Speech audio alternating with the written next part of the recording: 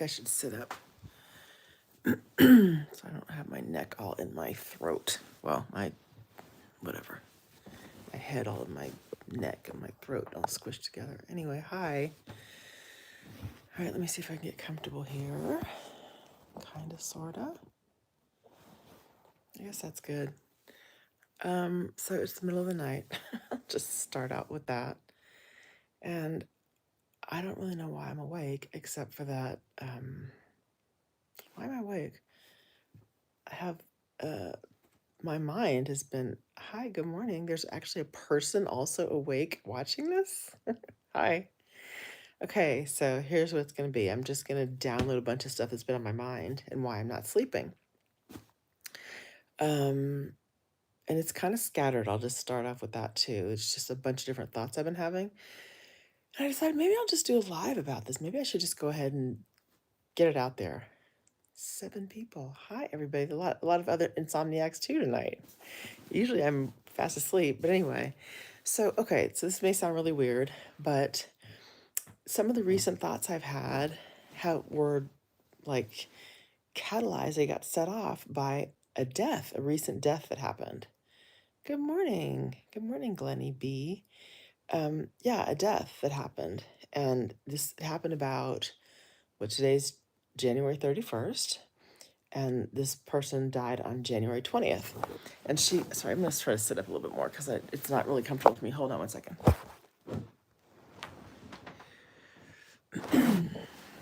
Okay. So the person died, like a week and a half ago. And I didn't know her very well. We were in law school together. She was a year behind me. And, we were cool enough. Like I said, I didn't really know her well, but I definitely knew her. And she knew me. And after I graduated from law school, which was a long time ago, I didn't see her for decades. I don't think. I mean, I don't remember. And certainly nothing meaningful or memorable happened. And then we ran into each other again a couple years ago during the summertime. And it was like, hey, what's going on? How you doing? How you been? Whatever, whatever. Just a little brief catch up at an event. And it was like a week, well, whatever. There were a number of things that were happening around the same time. And so, we talked about, hey, let's catch up. You know how you do when you see someone you haven't seen in a long time. Hey, let's get together or whatever. And, but we didn't really. And then that was in a location, like kind of like a vacation spot. And then we ran into each other at another event here back in California. And didn't really connect them because it was a like a professional thing, and there were a lot of people there. And I said, "Hey, what's going on?" But didn't connect again. And I invited her to speak to some of my students, and she did. And so there were, like, the point is that there were a number of little touch points that happened in the past. Like I said, a couple of years, but never like a full on connection. And I remember thinking, God, I wish it would be nice to kind of catch up with her, see what's going on. And it turns out that she and another person I went to law school with, another girl who was actually in my same class, were really tight. I didn't know that. I don't know if they've been tight all along or if it was more recent. Like, I don't know. And I had wanted to connect with this other one too. Hi, everybody. I see you saying good morning. Hi.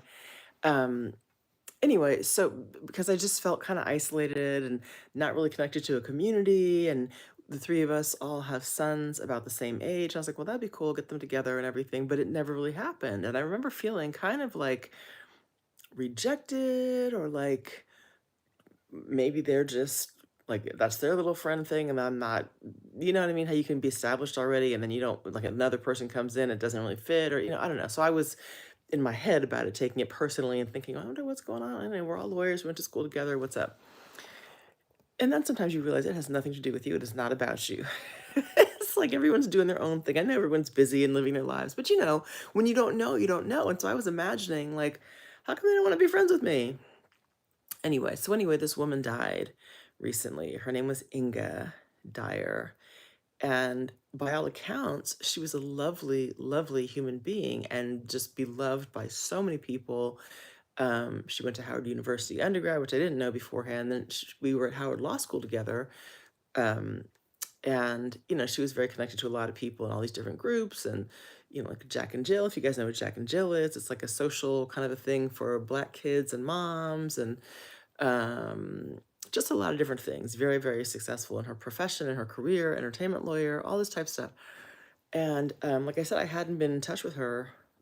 Well, I shouldn't say in touch. We just were not friends like that. So I never really knew her to that extent. But I'm seeing all this stuff online that people are posting, like, oh my God, like this huge, massive outpouring of love and remorse and heartbreak and everything. She had cancer, which apparently she'd been battling breast cancer, which she'd been battling breast cancer for, I guess, like 7 years, apparently, according to what I read. And then it went to remission and came back. And so, anyway, and obviously it's very sad. I was shocked, like, what? Because I remember, of course, my last memories are like seeing her looking great and, being bubbly and not at all seeming like she had cancer. So I clearly did not know what was going on. But in reviewing all of that, I also, how sometimes when something like that happens, a tragedy or whatever it is, some certain events in life can make you reflect on your own life or your own choices and all that. And so that happened to me, and I was like, damn, you know, like basically, what would people say about me if I died? I'm like, I don't think I'm gonna have any huge outpouring. Like I have friends, but like her stuff was massive, and I'm like, am I doing enough? And why have I not? Oh, hi, welcome to the site. Um, just questioning my own, not entirely my existence, but I'm saying like my own choices and relationships and career, just making me really think, I don't think I'm measuring up. I mean, honestly, that's kind of what it was. I feel like I'm kind of like a failure. Okay, you guys, here's the deal. I feel like I'm kind of a failure. And I mean, as soon as I say that, part of me wants to go, that's ridiculous. Of course you're not a failure.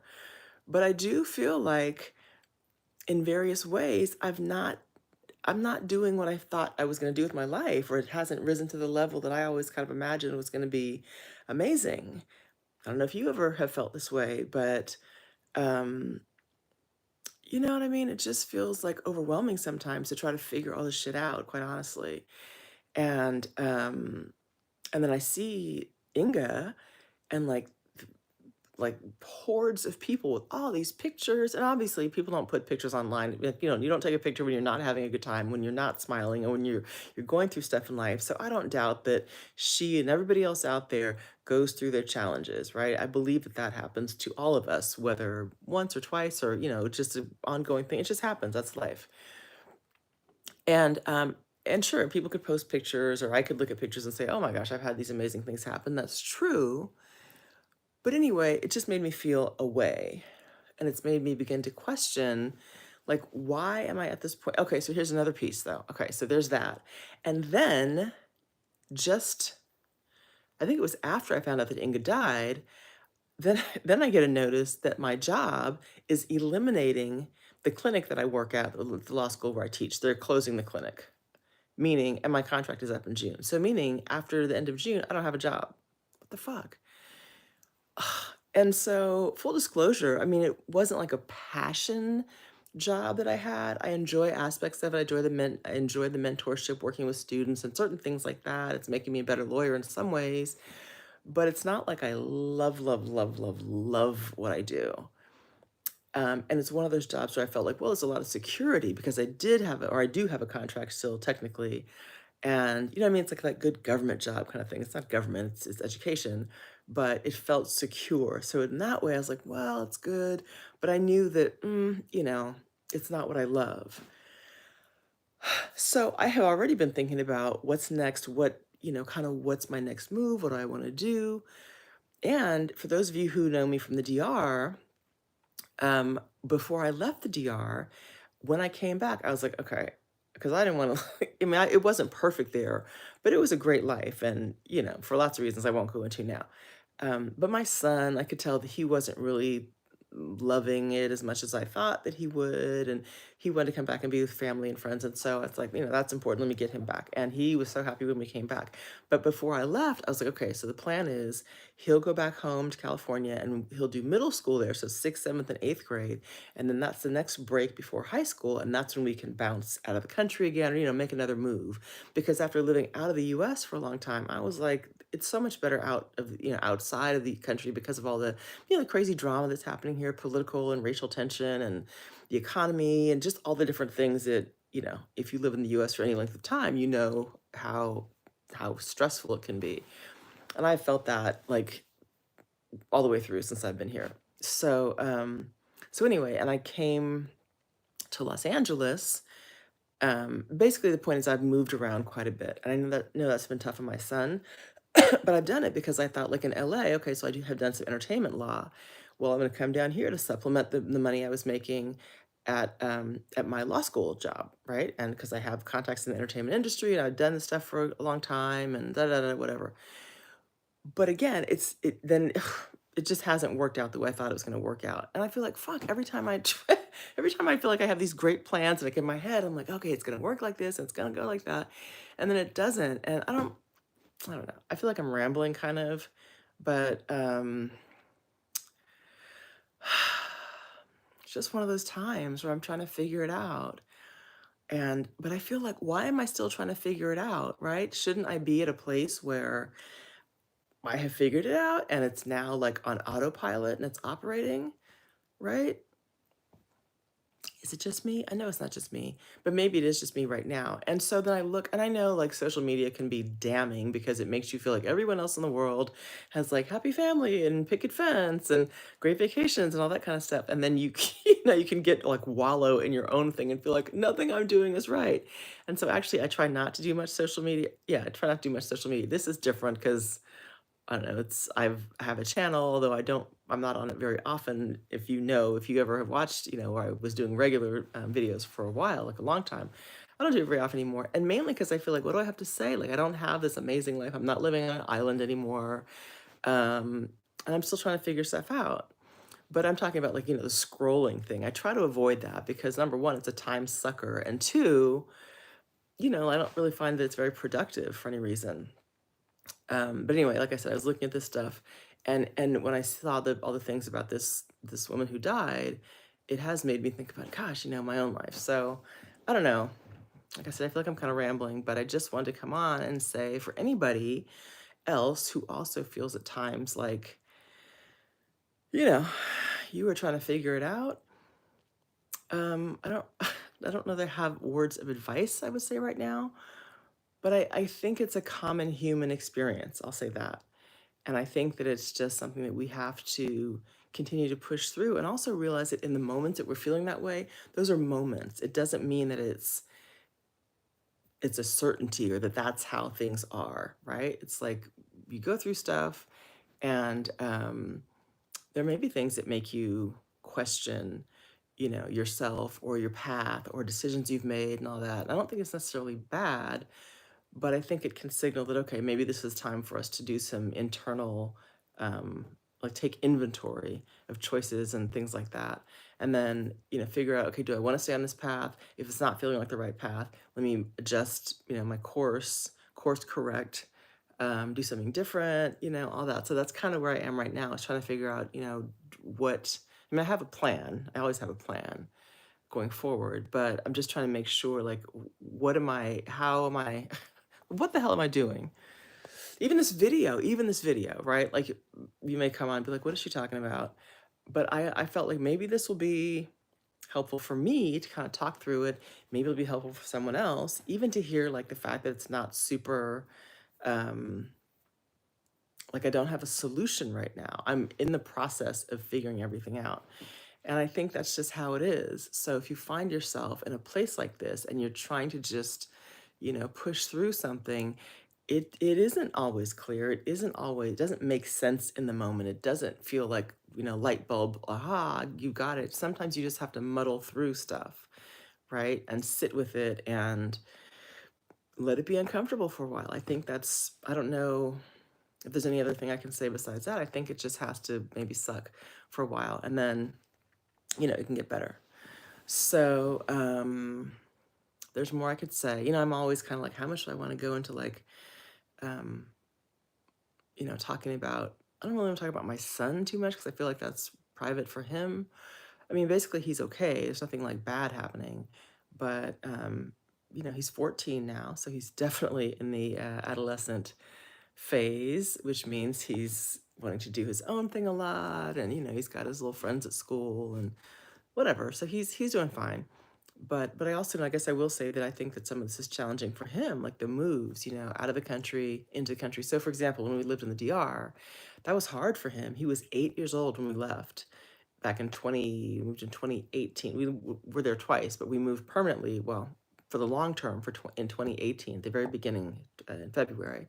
So he left halfway through the school year. That was tough. He was in second grade. And then he was there all the way through fifth grade. So when fifth grade ended, both of us came back that summer. So he started sixth grade back in the States. And so, that was a lot of changes. And then sixth grade in one school, then seventh and eighth in another, like a lot of moving around. And so I know that's been kind of a challenge for him. But he's also said when he looks back at the DR, oh my God, I miss our villa and I miss this and the sailing lessons were cool and all that kind of stuff. You know what I mean? So, and he's one of those kids where I can say, look, you should try this thing. You should, sign up for whatever class or let's do this experience. And he's like, oh, I don't want to do it. He's always kind of reluctant to. And then afterwards, he'll be like, oh my God, that was amazing. So it's like there's always like a push pull thing that happens there. So in retrospect, I think he thinks that it was an amazing experience to go live in the DR, but he also recognizes that he wasn't necessarily as open as he might have been like with some of the kids, and he was kind of in a little shell. And he's definitely much more introverted than I am. Like he would never come on and do a live stream or like put himself out there like am doing now or like I've done in the past. And that's just, differences in our personalities. But it's something to be mindful of, when you have another person in your life, a child, a partner, whoever that you're having to deal with, just the differences and how we all handle things in our own ways. So, like as a parent, I have to be mindful when I go, oh, you should, try this, or pushing him, you want to push your kids, but not to the point that they are, that you're doing them a disservice. So I don't think I've done that, but I'm just trying to be mindful. So anyway, yeah, I don't know if I'm gonna say much more. I feel like I should have maybe I should have gone deeper about some things, but now I feel like hesitant and nervous and too vulnerable. Namaste. Hi. So that's it. I think I'm gonna end it now and see if I'm willing to come back and share any more detail, any depth later on. But I think that's all I have now. I'm feeling kind of nervous about it. So, okay, back to sleep. Have a good night, everybody. Bye. I hope that helped a little bit. I hope you guys can relate to what I'm saying. Okay, bye.